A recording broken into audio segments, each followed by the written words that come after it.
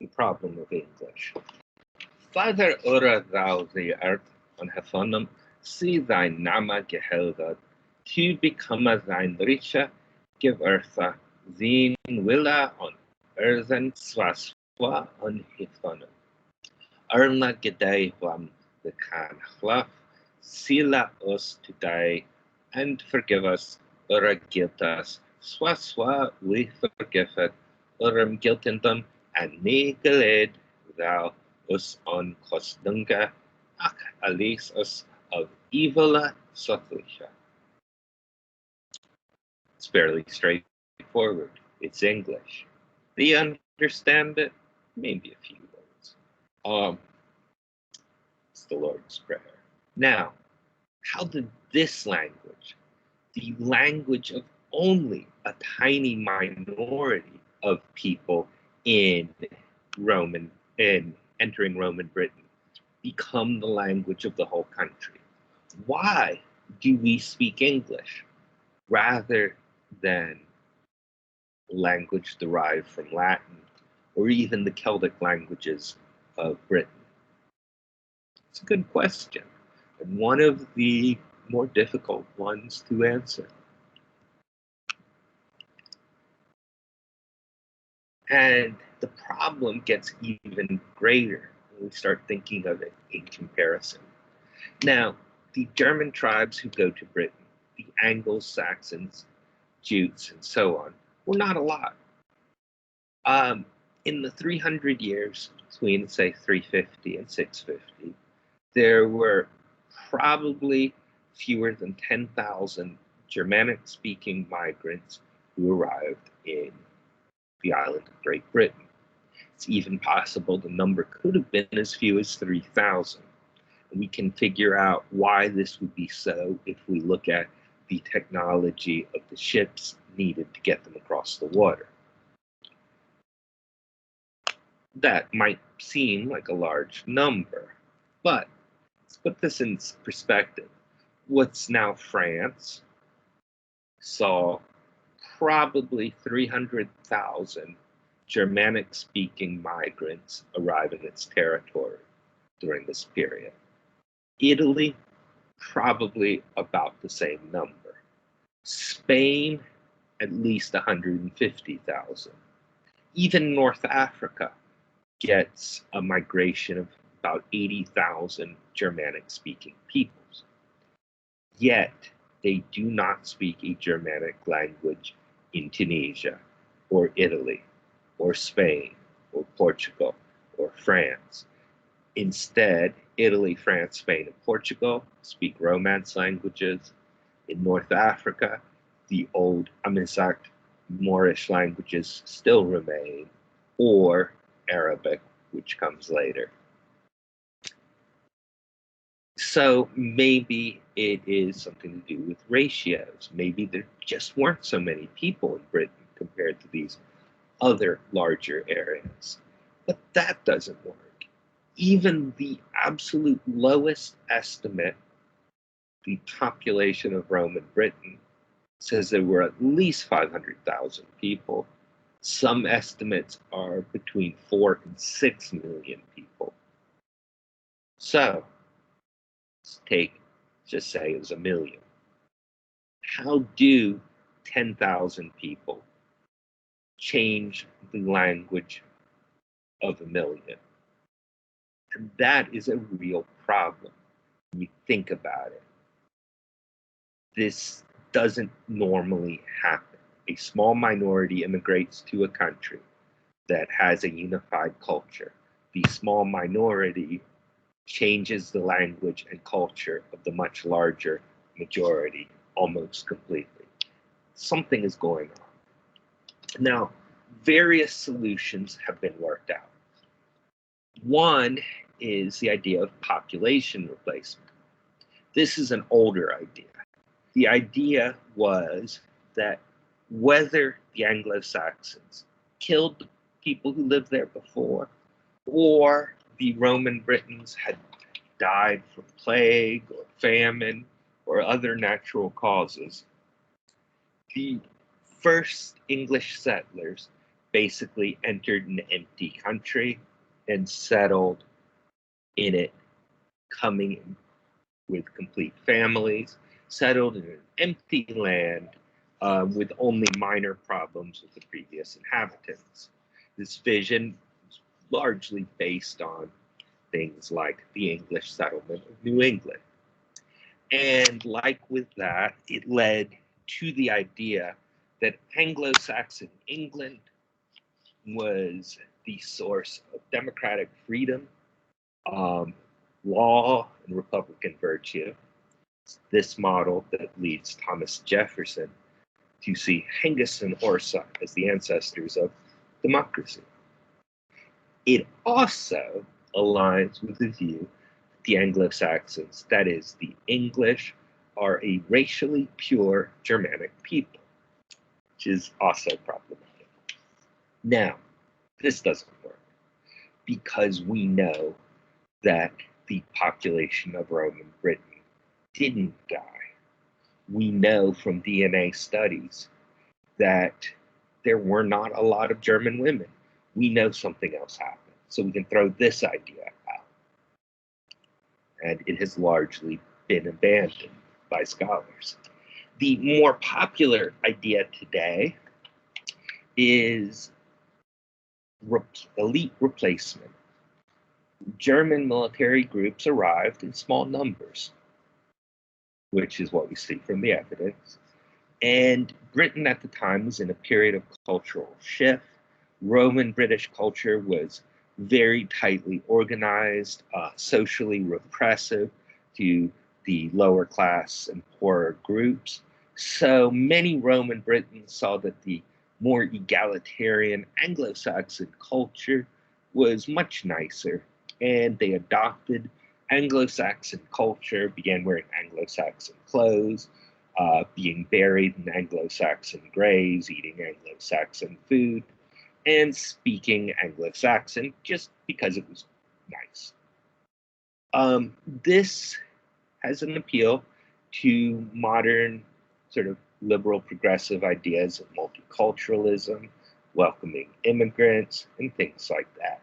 But again, it flies in the face of common sense. Today, countries that see large numbers of immigrants do not see immigrant groups coming in and having such a positive impact on the culture of the people who are already arriving that everyone abandons their old culture to join the culture of the small immigrant group. In fact, it's kind of the opposite. So this doesn't make sense. There's even a third idea. The third idea is that really Hengist and Horsa might have come with 100 people from Germany. But what they found was not a Latin or Welsh-speaking population. Instead, they found people who already spoke a language close to their own, and they united with these people. They may even give them leadership, but the population of what's now England already spoke English even before the Romans came. This also has almost no evidence. It is quite popular today among the extreme right in England because it allows them to argue that the English are the indigenous peoples of the British Isles. Everyone else is an invader, but not based on reality. So we can throw this one out too. So what are we left with? Well, here's an idea. Start by looking at what's different between Britain on the one hand and Africa, Spain, France, and Italy on the other. In Africa, Spain, and France, the Germanic invaders came in rapidly and they conquered very, very fast. There may have been more of them, but they rapidly took over. It takes Theodoric 5 years to conquer Italy. It takes the Vandals about 11 years to conquer all of North Africa. It takes the Visigoths about a generation to conquer all of Spain and southern France, arguably even less, maybe 30 years. It takes Clovis, the leader of the Gauls, about 20 years to conquer France and neighboring areas. None of these are protracted. They all bring to the conquerors huge amounts of territory with large population. And the conquerors divide up the conquered among themselves. They take over at the top and put a German king in place of a Roman governor, a German army in place of the Roman army, and reward, take the lands of possibly some of the very richest Romans, maybe ones who have fled to another country, and those will become the lands of their most powerful followers.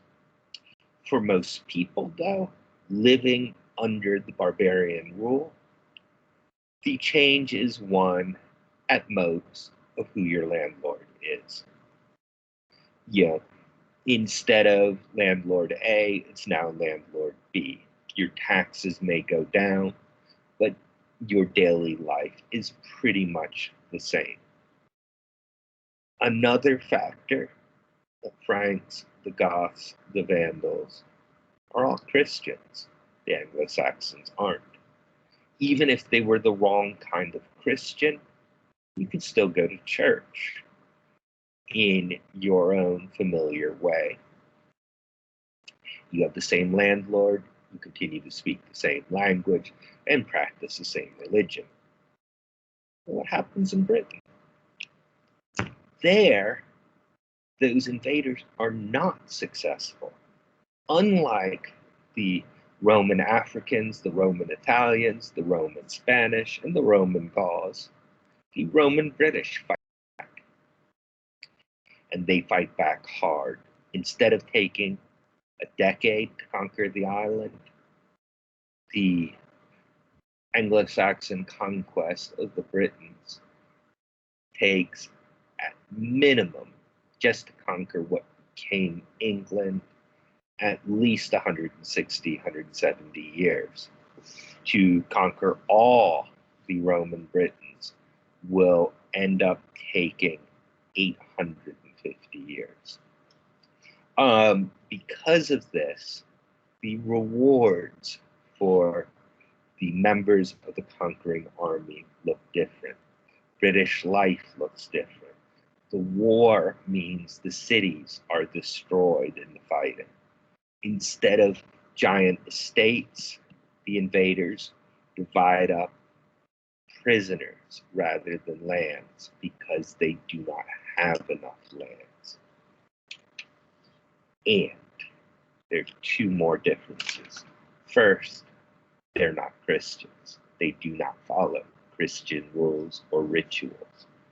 Second, unlike the Goths and Vandals, the Anglo-Saxons are only men, presumably almost entirely young men. And young men who have come as a group, all male group, capturing women, well, we know what they do. In fact, there's barely any evidence of free women among the early English. What would have happened is enslaved women were the mothers of the second generation of English. That is, the sons and daughters of the invaders were born to the women they captured. Enslaved boys and young men who had been taken by them, where the women might have been taken back by the warriors to keep them company at night. They would have taken young boys and young men to do work like taking care of horses, cooking, cleaning. Some of them would eventually be freed as they grew older, having learned the language and culture of their captors, become English in their turn, and take part in further raids as Englishmen, and take part in kidnapping more women and children. And this process is slow, but it means instead of a whole land of Britain being turned into England, the Britons are turned one at a time into English. And we can see this in our language. Modern English has some very interesting differences from the other Germanic languages. We're having a lot of continuous verbs in English. Sometimes we're speaking only with continuous verbs.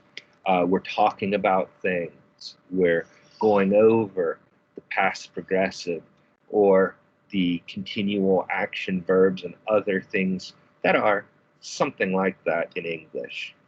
These don't exist in German or Scandinavian languages. They do exist in Irish and Welsh and the other Celtic languages. The sort of thing that someone coming in who did not speak Germanic language as their native language might try to say in their new language, like an enslaved woman. There are others that are really interesting. There's hardly any traces of Celtic vocabulary in English, which is quite unusual. There are changes in vocabulary, though. The word for woman in English, woman, is a possessive. It means something belonging to a man. That is not where the word for woman in German or Swedish or Danish or any of the other Germanic languages comes from. Which is very, very interesting. English, then, is a simplified and changed Germanic language, a Creole, spoken by the children of Celtic and Latin-speaking slaves to communicate with each other and with their fathers. It has these traces. And, for the rights of women in early England, some very curious things. Here is from a law from one of the very first texts written in England around the year 616 in English. Ge freeman with freest mannes weifge legeth, is wirgelda abiske, and other wife is again sheta begeta, and then othram at tham gebringa. Or, if a free man lies with the wife of another free man, he shall pay the husband his weregild and procure a second wife with his own money and bring her to the other man's home. This is really weird. So, if a man, a free man, commits adultery with his friend's wife, he pays her a fee and he pays the other man a fee and buys him a new wife. This is not a society where there are free women. Women are things that belong to men. Sorry about what I did to your wife. Here's a new one. Which is really, really odd. It is a society that starts strangely. However, there are other things going on. There are things like the issue of religion and cult. Did the invaders demand that the people they conquered join their religion, which means even if they escaped from slavery, they might not feel able to go back? Does this have similarities to some of the issues with child soldiers today? these are all really strong possibilities. It's a long process, it's a slow process, and by the time we get to written documents, again though, written has changed, and we see by the early 7th century, language matching ethnicity, ethnicity matching legal rights. So in the English kingdoms, as they emerge, the kingdoms in red, if you are English, you have freedom at law, acceptance with the people, you can access patronage, and you have the right to own and use weapons. If you claim German descent, even if you don't, if it's not true. In the British kingdoms, purple, the same thing happens. The two groups are going in different directions. Further north, in Dalriada, what will become the core of Scotland, speaking Gaelic matters. What has happened by 600, the English dominate the richest areas, they will continue to expand. Latin has become only the language of the Catholic Church, and Christianity will come back. And the way it does is through enslaved children. Story from about 590 that I'll end with. So some merchants who just arrived in Rome displayed many items for sale in the crowded marketplace. A large number of people came to buy, including Gregory himself. Among other things, he saw some boys who were for sale. Their bodies were very fair, their faces were beautiful, and their hair was very fine. Looking at them, he said, from what region or land they had come, and it was said they had come from the island of Britain, where everyone looked like this. He asked what the people they're from, and he's told the Angli. He says, non Angli, said Angeli. Not angles, but angels. And he finds out that they're not Christian. Gregory determines that he wants to go and save these beautiful young men. No comment. And when a few years later he becomes Pope, he sends a mission to the English that will be the beginning of literacy, cities, and Christianity returning. But it too begins in a slave market.